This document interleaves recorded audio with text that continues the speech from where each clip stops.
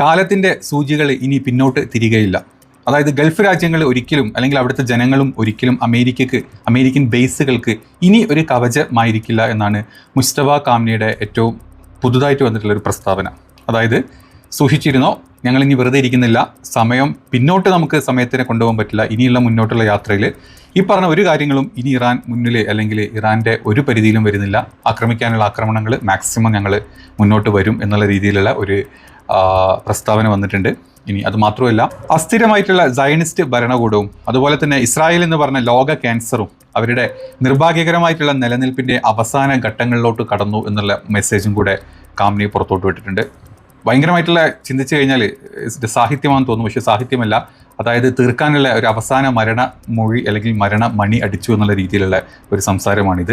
നമുക്ക് യുദ്ധം, ഇന്ന് രാവിലത്തെ ആക്രമണങ്ങൾ നമ്മൾ കണ്ടു. അതിനുശേഷം ഇറാൻ്റെ ഭാഗത്തു നിന്നും വന്നിട്ടുള്ള ചില പ്രസ്താവനകളാണ് ഈ വരുന്നത്. അതുമാത്രമല്ല, MQ-9 പോലത്തെ 3 ഡ്രോണുകൾ തകർക്കുക മാത്രമല്ല, അങ്ങോട്ട് ആക്രമിക്കാൻ വന്നിട്ടുള്ള ഒരു F-35 സെൽഫ് ഫൈറ്റർ ജെറ്റ് വരെ പരിക്കുകളോടെയാണ് തിരിച്ചു പോയത് എന്നാണ് ഇപ്പം പുറത്തോട്ട് വന്നിട്ടുള്ള റിപ്പോർട്ടുകൾ. നമുക്ക് ഏതായാലും നേരെ വീഡിയോയിലോട്ട് പോകാം. അപ്പോൾ മാക്സിമം നിങ്ങൾ സപ്പോർട്ട് ചെയ്യാം. നമ്മൾ ഇന്നലത്തെ വീഡിയോയിൽ പറഞ്ഞിട്ടുണ്ടായിരുന്നു അല്ലേ, മറഞ്ഞിരുന്നിട്ട് അതല്ലെങ്കിൽ ഒരാൾക്ക് പോലും റീച്ച് ചെയ്യാൻ പറ്റാത്തൊരു സ്ഥലത്തിരുന്നിട്ട് യുദ്ധത്തിനെ നിയന്ത്രിക്കുന്ന മുസ്തഫ കാംനിയെക്കുറിച്ച്.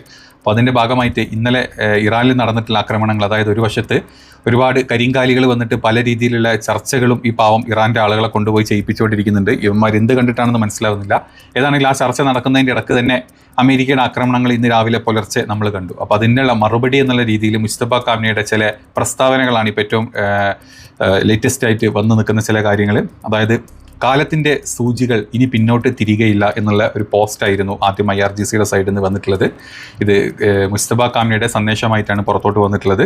കാലത്തിൻ്റെ സൂചികൾ പിന്നോട്ട് തിരിയുകയില്ല. ഈ മേഖലയിലെ ജനങ്ങളും രാജ്യങ്ങളും ഇനി ഒരിക്കലും അമേരിക്കയുടെ താവളങ്ങൾക്ക് ഒരു കവചമായിരിക്കില്ല എന്നാണ് പറഞ്ഞിട്ടുള്ളത്. അതായത് ഗൾഫ് മേഖലയിലെ ബേസുകളിൽ ഇനി ഏത് രീതിയിലുള്ള ആക്രമണങ്ങളാണ് ഇറാൻ്റെ ഭാഗത്തു നിന്നുണ്ടാവുക എന്നുള്ളത് നമ്മൾ കണ്ടു തന്നെ അറിയണം. കാരണം ഇത്രയും കാലം അമേരിക്ക അവിടെ ബേസുകൾ കൊണ്ടുവച്ച് മറ്റു രാജ്യങ്ങൾ ആക്രമിക്കുമ്പം അവിടുത്തെ ജനങ്ങളും അല്ലെങ്കിൽ അവിടുത്തെ ഭരണകൂടവും അമേരിക്കയ്ക്ക് ഒരു ഷീൽഡ് പോലെ നിൽക്കുകയായിരുന്നു. ഇനി ഒരിക്കലും ആ ഒരു കൺസിഡറേഷൻ ഇറാൻ്റെ സൈഡിൽ നിന്ന് ഉണ്ടാവില്ല എന്നുള്ള വ്യക്തമായിട്ടുള്ള ഒരു മെസ്സേജാണ് വന്നിട്ടുള്ളത്.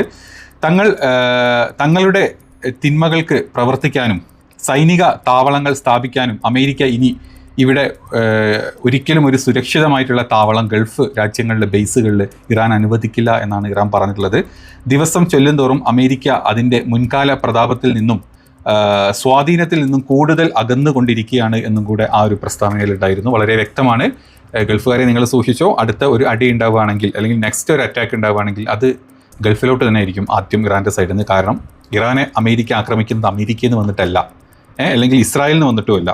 അമേരിക്ക ഈ പറഞ്ഞ ബേസുകളിൽ അവരുടെ ഫൈറ്റർ ജെറ്റുകളും ബാക്കി എല്ലാ സാധനങ്ങളും ക്രമീകരിച്ച് അവിടെ നിന്ന് ഉയർന്നു വന്നിട്ടാണ് ഇറാൻ ആക്രമിച്ച് തിരിച്ച് അവിടെ പോയിട്ടാണ് അവർ ലാൻഡ് ചെയ്യുന്നത്. അപ്പം അങ്ങോട്ടല്ലാണ്ട് പിന്നെ അമേരിക്കയിലോട്ട് ആക്രമിക്കേണ്ട കാര്യമില്ലല്ലോ ഇറാന്. അപ്പം ഇവിടെ ഏതൊക്കെ ഗൾഫ് രാജ്യങ്ങൾ ഞങ്ങളെന്തിനാ ആക്രമിക്കുന്നത്, ഞങ്ങളെന്ത് ചെയ്യുന്നു, ഞങ്ങളേത് ചെയ്യുന്നു, നിങ്ങളാണ് ചെയ്യുന്നത്, നിങ്ങളാണ് കൂട്ടിക്കൊടുക്കുന്നത്, അതുകൊണ്ട് നിങ്ങളെ തന്നെ ആക്രമിക്കാൻ പോകുന്നുള്ളൂ ഇറാൻ. അത് ഏത് രീതിയിലായിരിക്കും, എങ്ങനെയായിരിക്കും എന്നുള്ളത് കണ്ടു തന്നെ അറിയേണ്ടി വരും. ഇനി അത് മാത്രമല്ല, അതുകൊണ്ട് കൂട്ടിച്ചേർത്ത് മറ്റൊരു പോസ്റ്റ് കൂടെ വന്നിട്ടുണ്ട്. ഇങ്ങനെയായിരുന്നു ആ ഒരു പോസ്റ്റ് ഉണ്ടായിരുന്നത്. അസ്ഥിരമായിട്ടുള്ള സയനിസ്റ്റ് ഭരണകൂടവും അതായത് ഇസ്രായേൽ എന്ന അർബുദ ട്യൂമറും തങ്ങളുടെ നിർഭാഗ്യകരമായിട്ടുള്ള നിലനിൽപ്പിൻ്റെ അവസാന ഘട്ടങ്ങളിലേക്ക് അടുത്തുകൊണ്ടിരിക്കുകയാണെന്നായിരുന്നു ഇറാൻ്റെ മുന്നറിയിപ്പ്. ഇസ്രായേലിനും അമേരിക്കനും ചെറുത്തിട്ടുള്ള മറ്റു രാജ്യങ്ങളായിട്ടുള്ള ഇറാഖ് അല്ലെങ്കിൽ യമൻ, അതല്ലെങ്കിൽ സിറിയ, ഇങ്ങനത്തെ രാജ്യങ്ങളൊക്കെ നിങ്ങൾ എടുത്തോ. ഈ രാജ്യങ്ങൾക്കൊന്നും ചെയ്യാൻ പറ്റിയിട്ടില്ല. അവരൊക്കെ ഒന്നുമല്ലാത്ത രീതിയിൽ ആക്രമിച്ച് അമേരിക്കയും ഇസ്രായേലും ഇല്ലാണ്ടാക്കിയിട്ടുള്ളൂ. പക്ഷേ കഴിഞ്ഞ 60 ദിവസം 88 ദിവസം കഴിഞ്ഞപ്പോൾ മൊത്തത്തിൽ സീസ് ഫയറും എല്ലാം കൂടെ കഴിഞ്ഞ് 40 ദിവസത്തോളം യുദ്ധം തന്നെ ചെയ്തിരുന്നു. അതും കണ്ടിന്യൂസ്ലി അറ്റാക്ക് ചെയ്തിരുന്ന ഇറാനെ നമുക്കറിയാം. അപ്പം ഈ പറഞ്ഞ രാജ്യങ്ങളെ തോൽപ്പിച്ച പോലെ അല്ലെങ്കിൽ വെനിസ്വലയിലെ ലീഡറെ എടുത്ത് പൊക്കി വന്ന പോലെ ഈ ഇറാനെ ഇവർക്കൊന്നും ചെയ്യാൻ പറ്റുന്നില്ല. ഇറാനിലോട്ട് ഒരു US ടോപ്പേഴ്സ് പോലും ഇറങ്ങാൻ പറ്റാത്തൊരവസ്ഥ അതുണ്ടായിട്ടുണ്ടെങ്കിൽ അത് വ്യക്തത ഇറാന് നല്ലപോലെ ഉള്ളതുകൊണ്ടാണ് ഇറാൻ ഇപ്പോഴും ആ വെല്ലുവിളി അതുപോലെ ഉയർത്തിക്കൊണ്ടിരിക്കുന്നത്.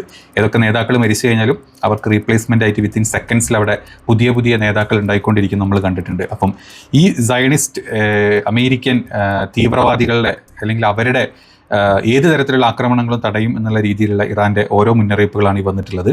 ഇപ്പം ഇന്ന് ഒന്നുമില്ലാണ്ട് സ്വന്തം പ്രതിരോധത്തിന് വേണ്ടിയിട്ട് അമേരിക്ക ഇറാൻ ആക്രമിച്ചു. ഒരു തരത്തിലുള്ള യുദ്ധത്തിൻ്റെ ഭാഗങ്ങളും അല്ലാത്ത സമയത്ത് അങ്ങോട്ട് കയറി ആക്രമിച്ചിട്ട് ഞങ്ങൾ സ്വയം പ്രതിരോധത്തിന് ചെയ്തതാണെന്ന് പറഞ്ഞു കഴിഞ്ഞാൽ അത് വിശ്വസിക്കാൻ പൊട്ടന്മാരല്ല ലോകരാജ്യങ്ങളിലുള്ള ആൾക്കാർ.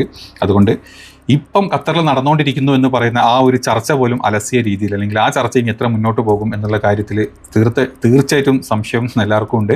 കാരണം അറഫ ദിനമാണ്, ഹജ്ജ്, പെരുന്നാൾ ഒക്കെ നമ്മളിങ്ങനെ മുമ്പിൽ കണ്ടുകൊണ്ടിരിക്കുകയാണ്. ഈ സമയത്ത് തന്നെ ആക്രമിക്കാനായിരുന്നു അവരുടെ പ്ലാൻ. അത് അവർ വ്യക്തമായിട്ട് ചെയ്തു. ഇപ്പം ഇതിന് അടിച്ച സമയത്ത് തന്നെ ഇറാൻ തിരിച്ചടിച്ചിരുന്നെങ്കിൽ ഇപ്പോൾ അവിടെ ഒരു മഹായുദ്ധത്തിലോട്ട് തന്നെ ഇന്ന് രാവിലെ മുതൽ നമ്മൾ കണ്ടുകഴിഞ്ഞു. പക്ഷേ അവിടെ സംയമനം പാലിക്കുന്ന ഇറാനെ നമ്മൾ കാണുന്നുണ്ട്. ഏത് രീതിയിലാണ് ഇറാൻ ഇത് പ്ലാൻ ചെയ്യുന്നത്, അല്ലെങ്കിൽ ഈ പറഞ്ഞ ഹജ്ജും പെരുന്നാളും കഴിഞ്ഞിട്ടാണോ ഇറാൻ്റെ ആക്രമണം, ഒക്കെ പല രീതിയിൽ പല ആളുകളെ സംശയങ്ങൾ അവിടെ ബാക്കിയായിട്ടുണ്ട്. ഇതേ സമയത്ത് തന്നെ മറ്റു വരുന്ന ഒരു വാർത്ത, അതായത് ബെഞ്ചമിൻ നെതന്യാഹുവിനെ ഹോസ്പിറ്റലൈസ്ഡ് ആക്കി എന്ന് പറഞ്ഞിട്ടുള്ള വാർത്തകൾ വരുന്നുണ്ട്. എന്താ വായ്ക്കകത്ത് എന്തോ പഴുപ്പോ അതല്ലെങ്കിൽ അത്തരത്തിൽ എന്തോ ക്യാൻസർ പോലത്തെ അസുഖത്തിൽ ആൾ പെട്ടിട്ടുണ്ട് എന്ന് നമ്മൾ കേട്ടിട്ടുണ്ട് അല്ലേ. ചെകുത്താന് കിട്ടേണ്ടത് കിട്ടി എന്ന് പറയാൻ ആയിട്ടില്ല, വരട്ടെ. ഓൾറെഡി മണിക്ക് ക്യാൻസർ ആയിട്ട് കഴിഞ്ഞ 2 മാസങ്ങൾക്ക് മുമ്പ് സർജറി കാര്യങ്ങളൊക്കെ കഴിഞ്ഞു. മണി എൻ്റെ ഉദ്ദേശം മനസ്സിലായി കാണുമല്ലോ നിങ്ങൾക്ക്, അതെ, പോസ്ട്രേറ്റ് ക്യാൻസറാണ്. അത് കഴിഞ്ഞ് അതിൻ്റെ സർജറി കാര്യങ്ങളൊക്കെ കഴിഞ്ഞു, ആളൊന്ന് റിക്കവർ ആണ് എന്നുള്ള വാർത്തകൾ വന്നു. അടുത്തത് വായ്ക്കകത്താണ് ഇനിയുള്ള പഴുപ്പും. അതായത് അങ്ങനെ ചലമൊലിച്ച് കഷ്ടപ്പെട്ട് എന്താ പറയുക ജീർണിച്ച് ചാവുന്ന ഒരു മരണം കിട്ടട്ടെ എന്ന് നമുക്ക് പ്രാർത്ഥിക്കാം. ഏതാണെങ്കിൽ അങ്ങനെ തന്നെ വരാനുള്ള ചാൻസസ് ആണ് കൂടുതലുള്ളത്. അതിൻ്റെ ഭാഗമായിട്ടാണ് ഇപ്പം വായ്ക്കകത്ത് പഴുപ്പായിട്ട് ഹോസ്പിറ്റലൈസ്ഡ് ആണെന്നും പറഞ്ഞിട്ടുള്ള മറ്റൊരു വാർത്ത ഇന്ന് രാവിലെ വന്നിട്ടുണ്ട്. 76 വയസ്സായിട്ടുള്ള പ്രധാനമന്ത്രിയെ അടിയന്തരമായിട്ട് ആശുപത്രിയിലേക്ക് മാറ്റി യുദ്ധകാല പ്രതിസന്ധികൾക്കിടയിൽ ഉണ്ടായിട്ടുള്ള ഈ ഒരു സംഭവം അതീവ രഹസ്യമാക്കി സൂക്ഷിച്ചിട്ടെങ്കിലും ഹിബ്രു മാധ്യമങ്ങൾ ഇത് റിപ്പോർട്ട് ചെയ്തതോടെയാണ് വലിയ രീതിയിലുള്ള പരിഭ്രാന്തി ഉണ്ടായിട്ടുള്ളത്. നെതന്യാഹു സാധാരണ രീതിയിലുള്ള ഒരു ദന്തചികിത്സ എന്നാണ് പോയതെന്നാണ് പുറത്തോട്ടുള്ള റിപ്പോർട്ട് വിട്ടിട്ടുള്ളത്. ടെലവീവിൽ നിന്നും ഔദ്യോഗിക വൃത്തങ്ങൾ ഈ വാർത്തയെ നിസാരവൽക്കരിക്കാൻ ശ്രമിക്കുന്നുണ്ടെങ്കിലും സത്യം അതല്ല എന്നാണ് പല അവിടുത്തെ പൊതുജനങ്ങൾക്കും അതുപോലെ തന്നെ മറ്റ് ഇൻ്റലിജൻസ് പല റിപ്പോർട്ടുകളും പുറത്തോട്ട് വരുന്നത്.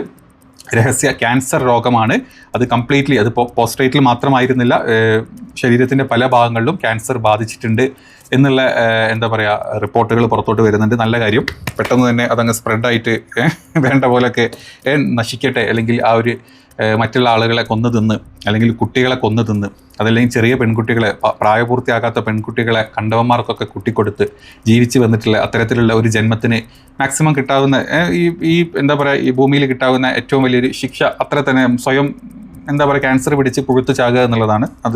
അതിൻ്റെ വഴിക്ക് നടക്കട്ടെ. അപ്പം അങ്ങനെ ഒരു വാർത്തയും കൂടെ പുറത്തോട്ട് വന്നിട്ടുണ്ട്. ഇനി ഇറാൻ്റെ മറ്റ് നേതാക്കളും അല്ലെങ്കിൽ ഇറാൻ്റെ IRGCയുടെ സൈഡിൽ നിന്ന് മറ്റ് വന്നിട്ടുള്ള കുറച്ച് ഇതുണ്ട്. അബ്ബാസ് അറാച്ചി കഴിഞ്ഞ കുറച്ച് മുമ്പ് വന്ന് പറഞ്ഞിട്ടുണ്ട് ഡീലുകളൊക്കെ ഏത് രീതിയിൽ പോകും എന്നുള്ളതിന് ഒരു കൺഫർമേഷൻ ഇനി പറയാൻ പറ്റില്ല. ഞങ്ങൾ ആക്രമിച്ചതുകൊണ്ട് ശക്തമായിട്ടുള്ള തിരിച്ചടി തന്നെ ഞങ്ങളുടെ ഭാഗത്തുനിന്ന് ഉണ്ടാവും എന്നാണ് പറഞ്ഞിട്ടുള്ളത്.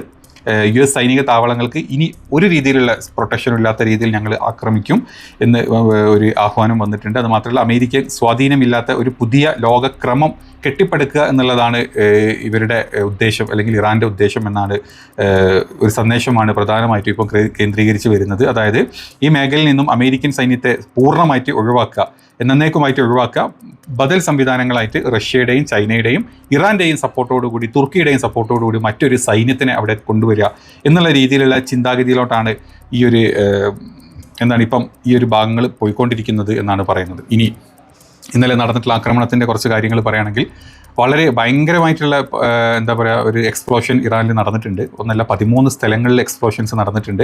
ഭയങ്കരമായിട്ടുള്ള പൊടിയും അല്ലെങ്കിൽ പുകയും ഒക്കെ അവിടെ സ്പ്രെഡായിട്ടുണ്ട്.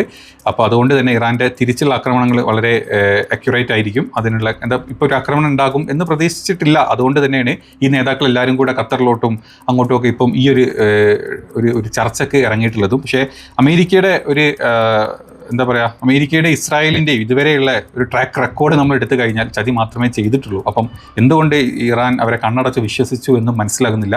പക്ഷേ യുദ്ധം കനക്കും. കാരണം കഴിഞ്ഞ 2 മാസത്തിൻ്റെ ഇടയിൽ ഇറാൻ്റെ ശക്തി ഒരുപാട് കൂടിയിട്ടേ ഉള്ളൂ. നയതന്ത്രപരമായിട്ടും സൈനികപരമായിട്ടും ആയുധങ്ങളുടെ സപ്പോർട്ടുകളും ഒരുപാട് ഇറാന് കൂടിയിട്ടുണ്ട് എന്നുള്ള വ്യക്തമാക്കിയിട്ടുള്ള പല റിപ്പോർട്ടുകളും ഇപ്പോൾ പുറത്തോട്ട് വന്നിട്ടുണ്ട്.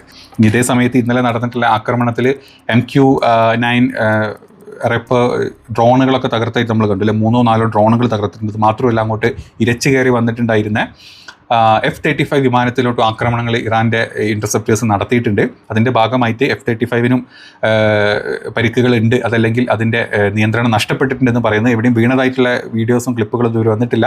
അതല്ലെങ്കിൽ തിരിച്ച് വേറെ എവിടെയെങ്കിലും ബേസുകളിലോട്ട് പെട്ടെന്ന് ലാൻഡ് ചെയ്തോ എന്നുള്ള കാര്യങ്ങളും കൺഫേം ആയിട്ടില്ല. ഇത് IRGC ആണ് പറഞ്ഞത്. അമേരിക്കയുടെ സെൻട്രോം അത് എപ്പോഴും ആസ് യൂഷ്വൽ നമുക്കറിയാം അത് സമ്മതിച്ചു തരില്ല. അല്ലെ പരസ്പരം വെടിവെച്ചിട്ടതായിട്ടോ അതല്ലെങ്കിൽ സ്വയം നിയന്ത്രണം വിട്ട് എവിടെയെങ്കിലും ഇടിച്ച് കയറി ആത്മഹത്യ ചെയ്തു നമുക്കായിരിക്കും ഈ സെൻകോമിൻ്റെ പുതിയ റിപ്പോർട്ടുകൾ വരാൻ പോകും. നമുക്ക് വെയിറ്റ് ചെയ്ത് കാണാം. അപ്പം ഗൾഫിലിരിക്കുന്ന ആളുകളൊക്കെ ഒന്ന് കരുതിയിരുന്നോളാം. ഇത് മൂർച്ഛിച്ച് കഴിഞ്ഞാൽ ഉറപ്പാണ് ദുബായ്, അബുദാബി, കുവൈറ്റ് ഈ പറഞ്ഞ സ്ഥലങ്ങളിലോട്ടേക്ക് ആദ്യ അടി വരുന്നത്. പിന്നെ ബഹ്റൈൻ ഒക്കെ പിന്നാലെ വരുന്നതായിരിക്കും. അപ്പം നിങ്ങൾ വെറുതെ വീണ്ടും വീരവാദങ്ങളൊക്കെ പറയാണ്ട് ഇതിന്ന് എങ്ങനെ മാറും എന്നുള്ളത് ചിന്തിക്കുക. അതിനുള്ള കാര്യങ്ങൾ വേറെ എന്തെങ്കിലും സേഫ്റ്റി മെഷേഴ്സ് നിങ്ങൾക്ക് എടുക്കണമെങ്കിൽ എടുത്തുകൊണ്ടിരിക്കുക. അവിടുത്തെ പ്രവാസികളും ബാക്കിയുള്ള ആളുകൾ എടുക്കാണ്ടെങ്കിൽ നിങ്ങളത് എടുത്തുകൊണ്ടിരിക്കുക. ആരും അല്ലെങ്കിൽ ഈ പറഞ്ഞ അമേരിക്കയും ഇസ്രായേലും ഒന്നും ഉണ്ടാവില്ല. നിങ്ങളുടെ ജീവനെ നിങ്ങളുണ്ടാവുള്ളൂ. ഷെയ്ഖുമാർ വരെ അവിടെ നിന്ന് പൊടിയും തട്ടി വേറെ വല്ല രാജ്യത്തേക്കും പോകും.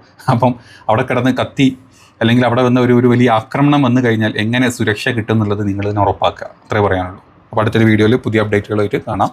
ബൈ.